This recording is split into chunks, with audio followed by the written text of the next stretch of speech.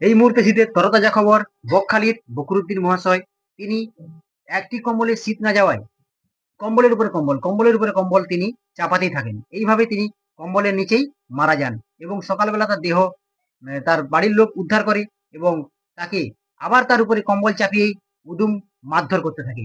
পরের খবর, 65 বছরের এক বৃদ্ধ নন্দকুমারের ছন্দকুমার তিনি রাতে খাওয়ার পর লেপের নিচে ঢুকে যান। এইভাবে লেপের নিচে ঢুকতে তিনি অনেক গভীরে চলে যান এবং তাকে কেউ তার বাড়ির লোক তাকে খুঁজে পাননি এবং তিনি জানিয়েছেন যে তিনি নিজেকেও খুঁজে পাচ্ছেন না।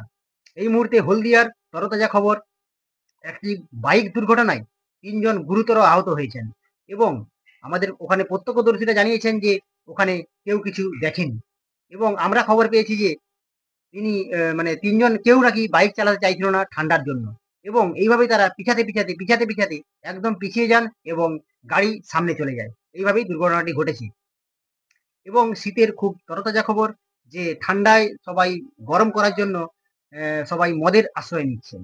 এই আমরা বলবো এইভাবে কেউ মদের আশ্রয় নেবেন না।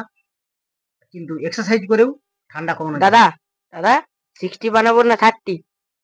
60 আগেরটা 30 ছিল তো। ও আচ্ছা, ঠিক আছে।